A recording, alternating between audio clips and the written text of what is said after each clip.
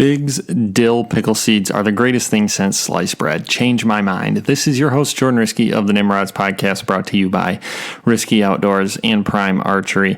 Also, Apex Gear. Get over there, buy some of the sweet bow accessories. Use the promo code RISKE, RISKE. Receive an additional 20% off of your purchase and use their stuff. It's good.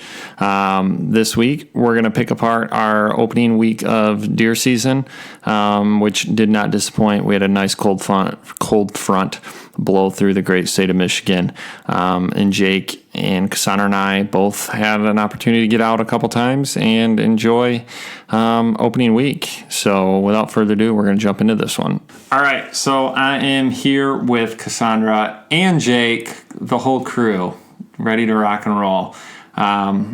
Opening week of deer season started out pretty slow, I think, for all of us, just weather. My first sit that was Wednesday or Thursday? I think Thursday night, Jake and I ended up making it out after we got out of work. Cassandra just had her first sit a couple days ago. Saturday evening. Mine can be summarized that I didn't see a deer, and it was pouring down rain and cold. So there's my first hunt. Solid start to the 2019 hunting season. Get that one out of the way. Exactly. I'm going to go with that. And that was on the swamp. And it was a swamp indeed. Yeah, so the swamp property. Yep. My first sit was on our family farm, which, Jake, you hunted it quite a bit last year. I did. And that was during the archery season, because we don't have very many archery hunters. Essentially, it was like Jake was it last year on it. And the first person to actually get out there in probably 5 or 6 years. It's not a really good piece of property to hunt, especially with beans. Beans, it's horrible. No cover, it's field edges. But when there's corn, you have a better chance of seeing some deer and holding bigger deer. Early season, beans are great. We have a lot of bucks on there, but as soon as those beans turn, deer are gone. So my first sit out there was very eventful. Just like Cassandra's, I did not see a single deer my very first sit. So what about you, Jake? Yeah, so I was across the field, right? Kind of in you guys call it the gravel pit, but it's kind of a point in this, of like an island of trees sort of in a big field, and there's a line where the cornfield starts, and then it's kind of like just tall grasses in between these like kind of pond area and stuff. And I brought in the lone wolf, climbed up, and I was all set up, and crazy windy night. We thought it was going to be, the reason why we like scrambled and made like jumped out of work a little early and got over there is just because the conditions are looking so sweet for Thursday, Friday, and I think Saturday too. But it just got too windy. Like it was 14, 15 mile an hour winds, just rocking and rolling, and with all that corn up, I just don't think they're moving. And yeah. So neither of us saw anything. I climbed down. I'm like packing up my climbing sticks and my stand, and I kind of look up, and it's like kind of sort of dark, and there's a doe running like running from something. She's on a freaking mission. She's gonna run into me, and at like 5 yards, I like oh my word, like move a little bit, and she like freaks out because I moved, didn't know I was there, and blasted away from me. So I'm going to count. Obviously, I saw something, so I'll take it. But we had high hopes. There was a couple nice bucks on camera, like kind of right in that pinch point, and then in the back where you were, kind of in that low spot. But we had high hopes, and I thought it was like I thought it was a slam dunk. Like I really did. My confidence was so high going into that evening. I thought you were going to kill that buck. I posted on social media, someone's killing this deer in the next 48 hours. It's pretty bold. It was bold, but everything was perfect. But yeah, like kind of where we were sitting, it's not a funnel, but it kind of is like a funnel, and that wind just started whipping down through there, and it got super windy. It let up for like 2 minutes, and then it just picked right back up. And then Friday Supposed to be really, really good. Friday, yeah, like you said, Friday and Saturday were supposed to be really good hunts. And I don't know that I made it out. Did we make it out Friday? Yeah, we did, dude. Yeah, you guys did. I was coming back from a work trip in Chicago, and you and Jake both went out. Was that the night? That's Friday night. That was your night that you guys saw a ton. That's when we Yeah. Yeah. So that Friday night, Jake and I went out again. So hang and hunt, both of us. Jake in his lone wolf, and I am in a saddle. We typically wouldn't. This year we were being very conservative on hunting the swamp because, we have 5 bucks that we would shoot this year. Essentially, there's 5 shooters, and we weren't going to push into the back of the property, but conditions were right. First weekend, we got to make a crack at it, and 2 of our biggest frame deer were going through this opening area that Jake and I kind of cleared some trees out of. So Jake hung up right there.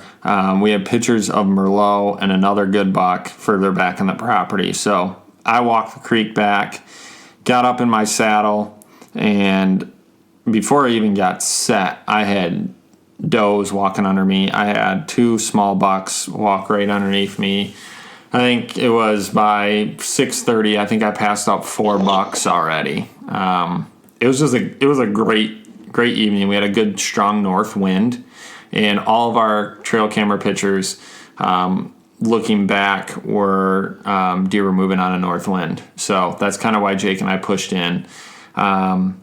Then later that evening, I had another small buck come in, and right behind him was the buck that we're after for last year and this year was Merlot. Just a great deer. Hung up at 20 yards. I had the recurve, and I had no shots. Like, we have video of him, and there was no way I could get a shot. I had one angle where I could have shot him like in the neck, and I wouldn't take that shot even with a compound bow. So 20 minutes having him in front of you at 20 yards was heartbreaking, and then he kind of turned and went off to about 30, 40 yards, and he stood out there for another 20 minutes. So essentially I had this buck 40 minutes in front of me. The best is that he's literally looking like right at the camera, taunting you the entire time. Yeah. Yeah. Some sweet footage. So that was basically it. I was super bummed, to be honest with you. We both were. I mean, like my hunt was, after the night before, we get kind of skunked, and after, crazy high expectations and a bold statement claim. Exactly. On social media for the public to see. Yeah. I think you picked you up at our house and told Anna there's a 75% chance Jake's shooting this buck tonight. And we don't see anything, right? Yeah, I was that confident. The next night in the swamp, I hang up, and same deal. They're moving it when we're hunting the back of the property, it takes us a solid half hour to get back there, and another, when I'm in my stand, it takes another 15 or 20 minutes to get totally set up and up in the tree. And it wasn't 2 minutes after getting sitting down and comfortable with my bow. I'm ready to go. I'm ready, and does are coming through, and I think I saw it was double digit does. It was 10 or 12 does and 2 bucks. One was a tiny little fork, and then another one kind of snuck behind me, and I didn't really get good eyes on him, but he was still a pretty young buck. So, but then there's movement all over the place. They're walking. I mean, they're coming from almost multiple different directions. It was just a prime night, man. And they kind of moved. They were moving late too. And I remember texting you. You said you saw Merlot late, and we're both gonna sit until they kind of cleared out because we didn't want to blow anything out on our way out too. And I think that was another win. I felt really good because I don't feel like we ruined anything. We got it in there. We got out of there as strategically as we could, get them a win, set up, and we didn't blow anything out. Last year, we were just trying to learn the property as much as we possibly could, and that led to I don't know how many times you're blowing deer out of places and stuff. Oh, we're trying to figure the thing out. we were all over that property, but we said that. I mean, we were just trying to figure out where deer were, and we were aggressive almost to the point like guys hunting public land would be aggressive, and we were pushing into areas that we shouldn't have last year, but this year very strategic, and it paid off on our very first hunt. I mean, we both were on deer, and I've been staying out of there in the mornings, haven't touched it in the morning. I haven't had a morning hunt yet. So that next morning, actually, our neighbor shot a really nice 8-point, and it ran onto our property, and he couldn't find it. He hit it way back, so. Yeah, it hit that river, and basically he said not another drop of blood after that. Yeah, so I think he either liver or got shot, and it's dead somewhere along that river that you were kind of set up on, Jake, so right there along the west side. Or hope that it survived and it's going to make it through the season. But I went in there because she told me that it ran through that opening, so I pulled that trail camera thinking that I would get a picture of that deer running by it, and there was no deer on there. So he must have skirted along the edge of the river, along that little patch of trees, but I have a picture of that deer walking through at 10:30 at night. So 2.5 hours after you and I left, he came out and walked through that opening, and he was he's a good buck. I don't know if it's the one he shot, but it's definitely one of the ones that we have a picture of. Yeah, that deer's a stud. Yeah. Never fails. Right when you got to stand, the buck comes 2 hours later, and it's all on camera, and he's looking right at it, broadside to your tree stand. Yeah. So then Saturday was, Jake, you went to the football game. Yep. Watched U of M kick some butt. And then Cassandra and I went out, and it rained that evening. I passed up a little spike at literally 2 steps. He walked underneath me in my saddle, and then I saw 2 does, and then it was raining, and we did not see a thing after that. Saturday was definitely slow. I saw a lot of chipmunks and squirrels, but I'm anxious to get to Sunday, Jordan. I think that's where we got some cool stories going on here. Yeah, so then Sunday, I went back to Concord for a birthday party. Brad, who's been on here in a couple of the group conversations, and his little boy turned 1, so we had the birthday party. And then Gavin, my nephew, wanted to go out, and I was going to take him out to our family farm where Jake and I went, and we've seen a couple good deer. So took Gavin out there, and he wanted to set up on that same spot Jake did. So I set him there, and I kind of went across the field, and where I could still see Gavin, and I was just going in there simply just for like an observation type sit and just kind of keep an eye on the kiddo. And all right, can we press pause real quick? Yeah. So, not on the recording. I'm going to talk about real quick. Okay. Yeah. So I text, similar deal. I had a really good buddy, had a kid's birthday party at like 3:00, so I was toast, couldn't hunt. I text Jordan, hey man, any action? And I get this cheesy, like, pitch selfie from the stand of him in like it was like a brown or green cap, red and white flannel t-shirt. And he's hunting in a tree with the flannel t-shirt, and I said, is that your recurve in the background too? And then I get a picture of the recurve, and I'm like, man, and Cassandra and I have talked about this multiple times now, like every time you take that thing, I'm excited for you, I hope to get it done and all that, but like at the same time I'm like, what if a monster comes? Exactly. Anything beyond 20 yards, what do you do? Yeah, we're both like, for me, I can't understand it yet, and maybe someday I will after I shoot some big ones like you have or something. But I can't do it, right? I can't rationalize this in my mind. So he's got his recurve, he's in a flannel shirt. I'm like shrugging it off, right? Get home from his birthday party, I'm sitting on the couch, I get a call. It's Jordan. I was like, oh, cool, maybe he shot something. And you're like hyperventilating on the phone. Dude, I just shot. Oh my word! I smoked him, man. It was big. I think I just shot the big one in the camera. Can you go pick up Cassandra? I was like, yeah, I'm on my way, man. And that was it. Hang up, and we're on the way. I'll let you take it over from there. But it was I couldn't believe it, right? I'm like, he's in a flannel shirt, he's on his recurve, and I get this sweet phone call, and then the festivities really get rolling. And honestly, and Walmart tennis shoes too. Can't forget those. Oh, I forgot about the tennies too. Yeah.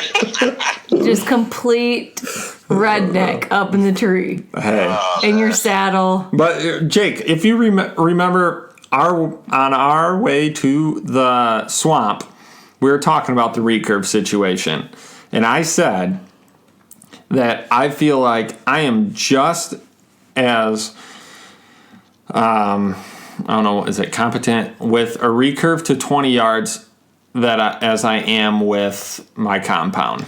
But I think too, like in my mind, it's hard because you think of a compound, you're pulling back how much weight? 70 pounds. 70 pounds. Like, what is that equivalent to in a recurve? Like I'm pulling 60, right at 60 pounds with my recurve. Yeah, so like that's the thing is there's no sights, there's no hold. It's not like you can. There's no drawback when the deer, turns and you got this hedgerow that you got to wait for. I mean, it's complete different. And I know instinct. The thing is, I know how much you practice with that thing. To be honest, how I can't even tell you how many basement. We'd be watching TV, then all of a sudden he just goes down in the basement to shoot his recurve, and then he'll come back a couple hours later. I'm like, what is the point of shooting it 10 or 15 yards for hours? So and I don't want anybody to hear me as like thinking that Jordan's like an idiot for going out there. I'm not questioning your competency at 20 yards. I'm just, when I think about it, I'm like, how many deer have we seen at 30, 40, 50 yards where you're like, or even like as a bow hunter, right? 60, 70 yards. Yeah. If I had a shotgun, that deer would be slammed right now. But here you are, like taking out this tool, which is, you're going to kill a deer at 20 yards. You can, and I don't doubt for a minute you're less accurate or whatever at yards of that thing in the compound, but it's just a totally different new challenge. I'm pumped for you that it's something you're all in on, but I'm not there yet. Yeah. One, I don't have a curve, but I get still it. need technology to help me get over the hump. I think I'm not ready to give up that.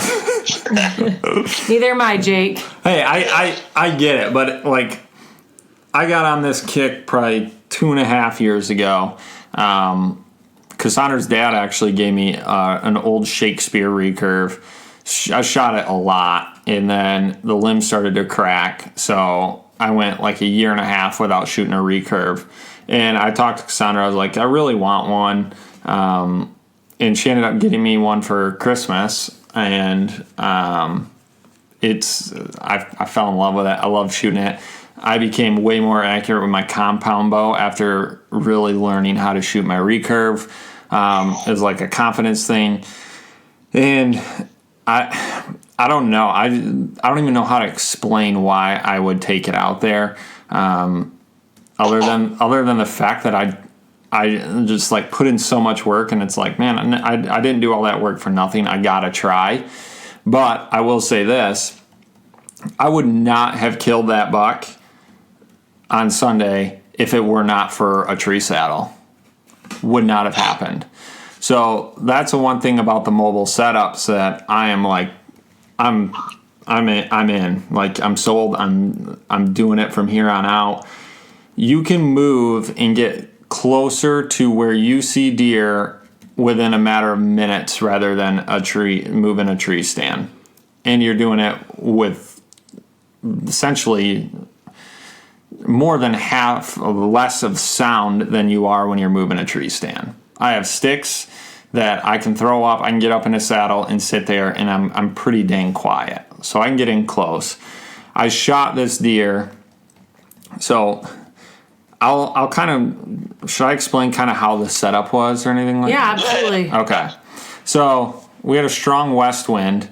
We have this area, it's called the valley. So it's a big dip in a cornfield that funnels back into a swamp.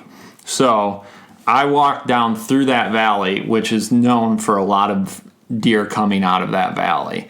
Well, I sat in that valley on Thursday night when Jake and I went out and didn't see a deer. So my dad used to have a tree stand further down to the west of the field, and he would see a lot of deer there. So I went down this valley, up the west hill, and I started to go down the hill further to the west. So I have a cornfield on my right, swamp on my left. I'm walking into the wind. So I'm not really going to, like, all the wind's blowing straight into my face. So we have this stand, it's called the antenna stand, at the top of that hill. And where I've been seeing deer in the past, I don't hunt this very often, but 5-6 years ago, all these deer were moving a little bit further, probably 30 yards from that antenna stand. Well, I knew that I wasn't going to get a shot with my recurve, so I set up 10 yards to the west of that antenna stand, literally 10 yards. And that deer came out 20 yards from me when I shot him, 20 yards to the west. So wind was in my favor. It was absolutely perfect, and I would not have killed that deer if it was not for having a saddle. So are you going to kind of go into depth on kind of how it happened that night? Yeah, so I walk in, obviously I go in the long way, wind in my face, get set up. Swamp is behind me. We don't own the swamp, so I have to wait for this deer to get out on the edge of this field. So we own, I don't know, probably 5-10 yards into this patch of timber, and then the cornfield. So I'm set up. This deer's coming through. He hits like my first opening, and I'll back up. So an 8-point comes in and starts raking a tree. I get it all on video. It's pretty cool to watch. So light's kind of fading. It's 6:50, and in the timber it gets darker a lot earlier. I think sunset was 7:15, and so this 8-point comes in, starts raking this tree, and it's behind me in the swamp, and I can see him. I'm videotaping him, and I hear something in front of me. I turn and look in the cornfield, and a spike's coming through the cornfield. I was like, oh, this is pretty cool. So the spike kind of steps into the woods, and then I hear that 8-point start fighting another buck. It's crazy that's this early and they're fighting. Crazy. So the spike's standing right there on the edge of the woods. The 8-point's further back, fighting another buck that I can't see, so I have no idea what it is. And then I hear something again in front of me, so I turn, and here comes like a little 6-point out of the corn. So essentially I have 4 bucks pretty dang close to me. This 8-point starts working his way out of the woods, gets to the field edge, and starts sparring with a 6-point. This is all to my west, so the wind is perfect for me right now. And I know that if there's a mature buck and it does the same thing as that 8-point, I'm going to have a pretty good chance of killing him. So I'm watching these 2 bucks spar, and this spike is probably 20-30 yards into the timber, comes just running out, like something spooked it. So I get ready. I'm like, okay, this is going to be that buck. I called him like the ghost buck because I didn't see him yet. So here comes this deer, and all I see is his body. He's I could tell he was a mature deer. He made these other 3 deer look very small. So I didn't even get a good look at his antlers. I just knew that it was a mature buck. And he comes in, hits my first opening, and I have the cameras on him. I hit him with a soft little grunt, and he doesn't, like a little bleat, and he doesn't stop. So I was like, oh, crap. So you can see I have like a second angle on me. I grab the camera, move the camera over to my next opening, which is probably 5 yards further. And he hits that opening, and he's kind of moving a little bit slower. So I draw back. First, like, kind of put my fingers on my string. So I string. It's called string walking. So, like, closer to the distance, you kind of have like almost like sights, but you're measuring your finger distance from your actual knock. So I'm like, okay, he's at 20 yards. So I have my like a mark on my fingers that I kind of slide down the string. So hits that opening. I draw back. I see his right shoulder move forward, and I let him have it. And I could see my arrow hit him what looked to be absolutely perfect. I hear him running through the cornfield, just like crashing. And I look up, and across the cornfield is Gavin. He stands up and like starts walking back to the truck. And it's still pretty dang light out. So I'm trying to like figure out like what is he doing. So I called Josh first. I'm like, Josh, I just shot a really good deer with my recurve. And you were not that calm, first off. Oh, I was not calm. No way. I was freaking out. So I called Josh. I'm like, Josh, I just shot one. He's like, I'm on my way. I said, no, I'm going to come back to the house. I want to let it lay for a little bit because obviously I'm not going to get nearly as much penetration as I would with a compound bow. And I wanted to let him lay for a minute. And then I called Jake, and I'm freaking out with Jake. I was like, you need to pick up Cassandra, get down here, meet me at Josh's. So then I'm like trying to call Gavin, and I can't get a hold of Gavin. So I get down, I pack up all my gear, pack up my sticks, and I start walking through the cornfield. Don't look for blood, don't look for my arrow, nothing. I'm just trying to get out of there. So where this deer ran, it ran east. So I didn't want all my wind, like if he laid down blowing, I didn't want to go back out the way I came in just because I didn't want to bump him or jump him or anything like that. So I just beeline it straight across this cornfield. And I get back to the car, and Gavin comes just running up to me and just gives me like this big ol' hug. It was like one of the coolest moments. Like my little nephew was so pumped, and he's like, I got back, I got up, I heard something fall in the cornfield. He goes, and I couldn't get a hold of you. My phone was dying. I needed to charge it. He goes, I called my dad because I thought you fell out of your tree. That's what he thought happened. So then from there, Gavin and I get back. We drive back to Josh's, pull up the camera, looked at the footage, and it was what I thought. It was perfect. And the crazy part is Jake picked me up and I'm freaking out. I mean, you called me and I just thought maybe you're having a slow night, going to pick us up and go back, go home. And mind you, we're in Concord, so it's Sunday night. I have a bright and early meeting. We live in Kalamazoo. And so Jake picked me up, and of course, then we get there and Jordan's like, we gotta let him lay. So I feel like that was the longest hour and a half that ever happened. I'm like, what are we going to go look for this thing? The video's perfect. Of course, Jordan's overanalyzing it over and over and over. And every single person's like, that's a dead deer. That's a dead deer. But we had to keep letting him wait till the entire town of Concord gathered, prepping to go recover this deer. So how many total? How many did we have? There was you two, Josh, Andy, Stetson, Brad, Neighbor, and then Laddie came out. So, and then you. And then me. So and Gavin. 10 people. 10 people. It's an event. 10 people. Like, this is like the classic, perfect, like, if you could explain it to a non-hunter, why we love and live for this so much. It's like a community thing. It is. Like your family, your friends, literally neighbors that are also friends, of course, right? All getting together, all getting super pumped, high-fiving, fist pumping, handshaking, looking at the video, talking it over, having some celebratory, adult beverages, and then heading out to the field together. Like, it's just this, so cool.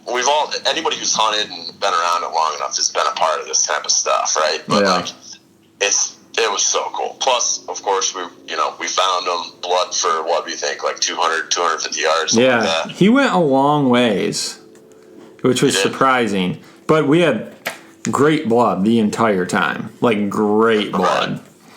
And he ended up being I think he's got 12 scoreable points. It's a 12-pointer. 12-pointer. He's got a big flyer off his G2. He's got a split brow tine. Just a really cool buck. I mean, by no means is he like a mega giant. My biggest Michigan buck, and it happens to be with a recurve, which is pretty cool. And it's on the family farm, right? On the family farm. That's the largest deer that I've ever seen down there while hunting. And that's really cool. Yeah, I've hunted that since I was a kid. I mean, other than the years that I went back to or moved out of state, but it was so cool, and just to do it with like traditional equipment too was next level. I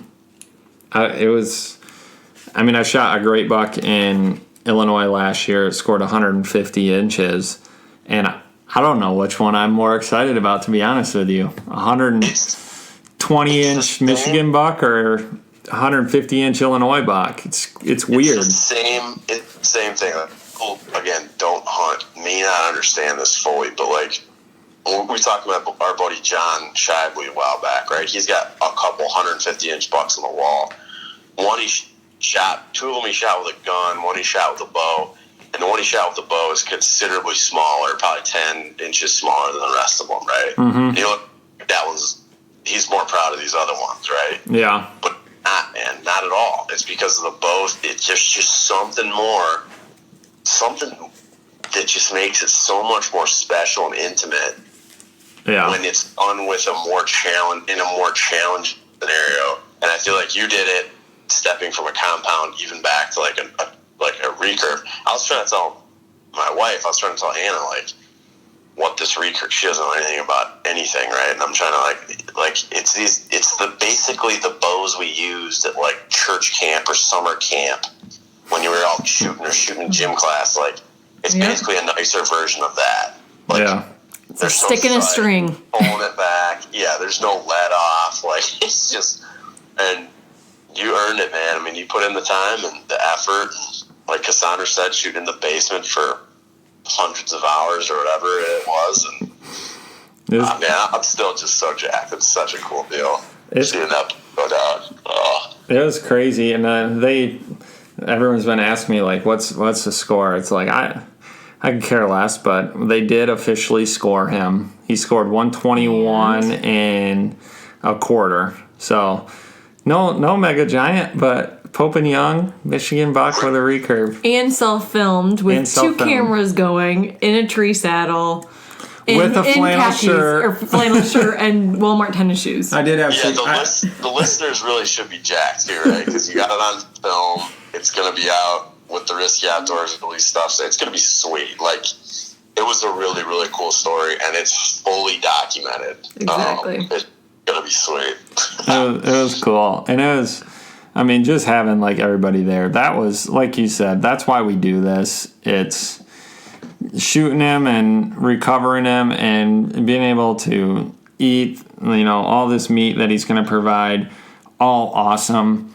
But, like, the community aspect of it, Cassandra and I didn't get home and in bed till 2 a.m. And taxidermists, Danny and Emily Weeks at Nature's Pride Taxidermy, opening up their shop at 10:30, 11 o'clock at night so that I could come over and hang out and just tell my story. And it was awesome. And then Brad taking it into the processor because I can't travel out of Jackson County with it because of the chronic wasting disease. And it literally was a community effort, and it was so cool. It was so awesome.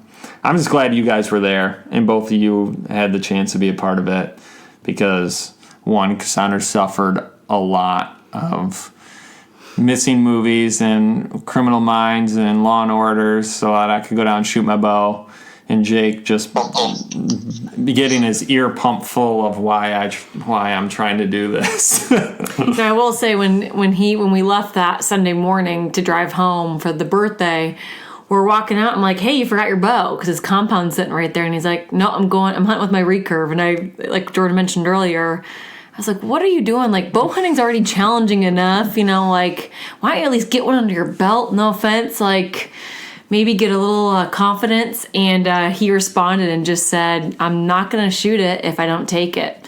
And just kind of like anything in life, you miss 100% of the shots that you don't take. So you're braver than I am, but I still can't believe it all happened. It was humbling. There's a great story from history about the ships. And it's like, you get to your destination with your team, your army, or whatever. This is way back. And they're like, we want to keep going. And so the commander, says, burn the ships. They burn the ships. So now they don't have an escape plan.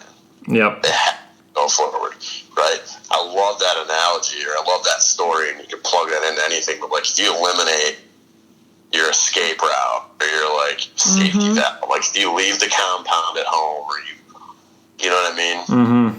You have to use it, right? And that's how you get it done. And I'll give you a ton of credit. I'm not at a spot where I'm willing to do that yet by any means, but you did, man, and such a sweet story.